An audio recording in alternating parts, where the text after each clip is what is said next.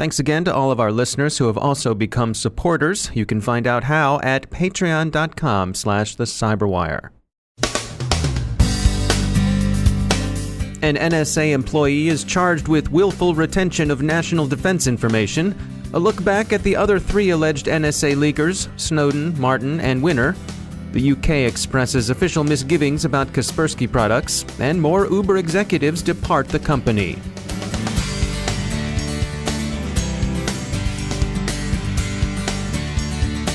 Now I'd like to tell you about a white paper from our sponsor Delta Risk.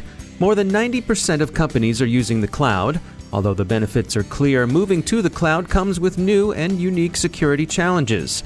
In the white paper, Understanding the Challenges of Cloud Monitoring and Security, Delta Risk cloud security experts outline the key methods organizations can adapt to gain clearer visibility into their network and critical assets.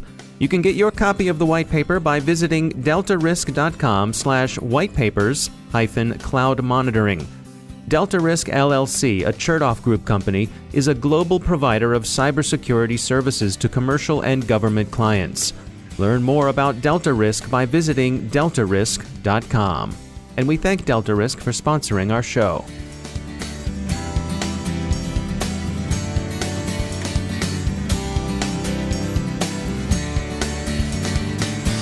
Major funding for the Cyberwire podcast is provided by Cylance.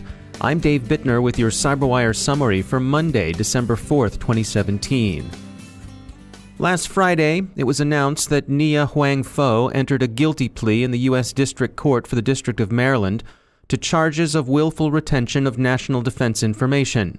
Between 2010 and May 2015, he took quantities of classified information home, both in hard copy and on his laptop. According to charging documents unsealed Friday, Pho was formerly a developer with the National Security Agency's Tailored Access Operations Unit, the TAO. He faces up to 10 years in prison. Pho is free until his sentencing, which is scheduled for April 6, 2018. The laptop Pho used to take classified information home to Ellicott City, Maryland, is the one that's long been discussed in connection with the U.S. government's ban on Kaspersky software. He is said to have had a Kaspersky security product installed, which detected some of the sensitive files he'd placed on his machine, which would appear to make him the long-discussed but not until Friday publicly identified third man. Kaspersky acknowledges that it did detect the files, but denies having read them or done anything with them. Reports aren't calling Pho the source of the leaks that went to the shadow brokers, so that particular mole hunt seems to remain an ongoing one. Nor do any of the other notorious NSA leakers appear to be the shadow broker's source. It's worth reviewing their stories. The first and most famous is Edward Snowden, about whom this audience will already know a great deal. Mr. Snowden, now a resident in Moscow, was a systems administrator employed by an NSA contractor who, on May 20, 2013, fled Hawaii for Hong Kong with extensive information about U.S. electronic surveillance operations. He had contacted journalist Glenn Greenwald, then writing for The Guardian, on December 1, 2012, so his leaks were some months at least in preparation. The material he took was subsequently published in The Guardian and elsewhere. On June 21, 2013, the U.S. Department of Justice charged Snowden with 2 counts of violating the Espionage Act of 1917. 2 days later, Snowden arrived in Moscow, where he's enjoyed asylum since.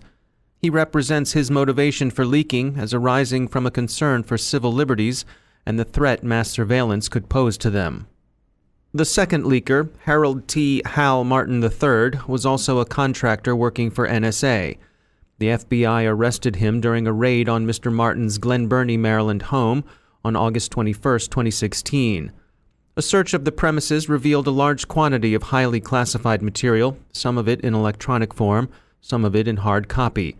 On August 27, 2016, Martin was charged with theft of government property and unauthorized removal or retention of classified documents or materials by government employee or contractor.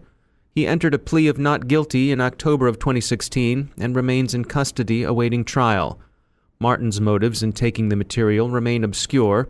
His ex-wife, who generally spoke well of him, characterized Martin as a patriot, a workaholic, and a bit of a pack rat. He's said to have taken the material from his NSA workplace by simply walking out with it. The third leaker, Reality Winner, was also a contractor working for NSA. Ms. Winner was arrested on June 3, 2017, after a relatively quick investigation prompted by a publication's attempt to authenticate what appeared to be a classified NSA document a source had passed them. The publication was The Intercept, and the source, identified by telltale marks on the document that established where it had been printed, was allegedly Ms. Winner. She's been charged with violating the Espionage Act of 1917. She's pled not guilty, and she remains in jail awaiting her trial. Her motives appear to be political disaffection, evidenced in some fairly noisy social media posts, associating herself with the resistance to the current U.S. administration and to offering the Iranian people solidarity in the face of U.S. aggression.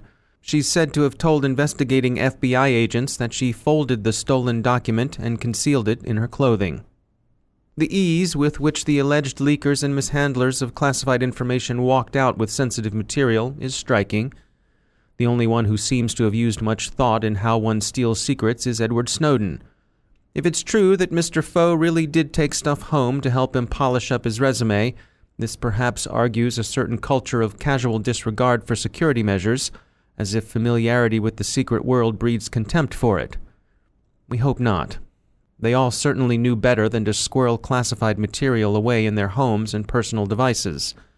Mr. Pho's case strikes observers as particularly baffling and egregious, since, as federal charging documents state, Pho works for NSA tailored access operations, regarded as an especially sensitive and important part of the agency, and not a place accustomed to employing callow or clueless rookies. To return to Kaspersky, the security company continues to say it did nothing improper, and that it would decline any request to participate in espionage it might receive from the Russian government. Cooperation with the Russian government in criminal investigations, Kaspersky says, is of course a different matter. But skepticism about Kaspersky products has spread from the U.S. government to at least one of the other Five Eyes. On Friday, Kieran Martin, director of the UK's National Cybersecurity Centre, advised permanent departmental secretaries that Kaspersky software should not be used in systems holding information that would damage British national security if it were accessed by the Russian government.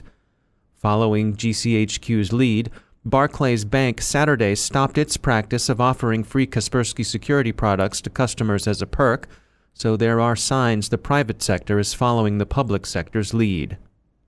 Finally, developments in the Uber breach investigation, as well as in litigation involving Alphabet and Waymo, coincide with 3 more departures by Uber executives.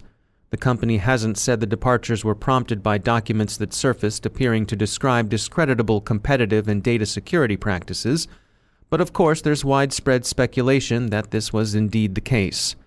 The executives worked in international, business operations, and physical security divisions of the ride-sharing company. There's rising sentiment to do something about the company's knowingly concealing data breaches. One example, a bill introduced into the U.S. Senate last week that would provide jail time for executives found to have concealed data breaches. Now I'd like to share a message from our sponsor, Nehemiah Security. Fellow cybersecurity leaders, when your CEO asks department heads for a status update, do you envy your colleagues like the VP of Sales or CFO, who only have to pull a report from a single system? Instead of deploying a team of people to check multiple systems and then waiting for them to report back, do you wish you had a single place to get the information you need to communicate with the CEO? Nehemiah Security is here to put that power in the hands of the cybersecurity leader. It's time for a quick solution that allows you to go to one place to get the security information you need, quickly and in business terms your CEO can understand. Nehemiah Security gives cybersecurity leaders the ability to report cyber risk in terms of dollars and cents. Visit nehemiahsecurity.com to learn more and get a free customized demo just for CyberWire listeners. Visit nehemiahsecurity.com today. That's NEHEMIAH security.com. And we thank Nehemiah Security for sponsoring our show.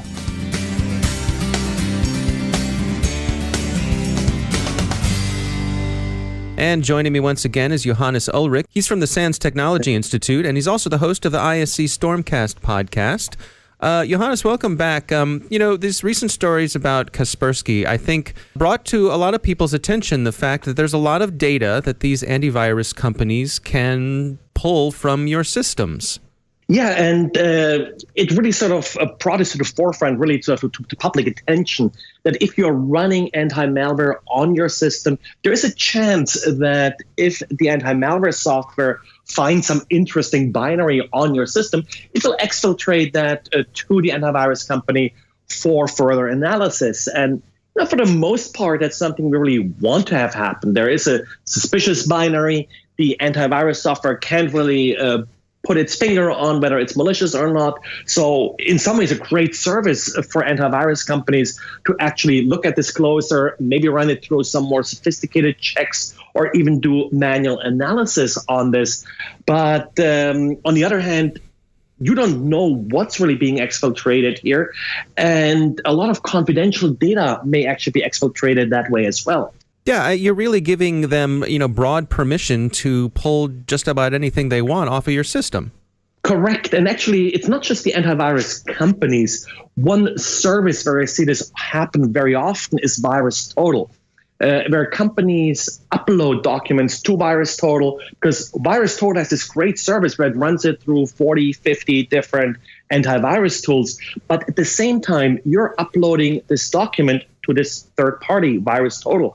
And researchers have full access to all files being uploaded to VirusTotal. It's very easy to get that access. So in some ways, you're leaking data here if you aren't sure that the document that you're uploading is actually malicious and free of proprietary content.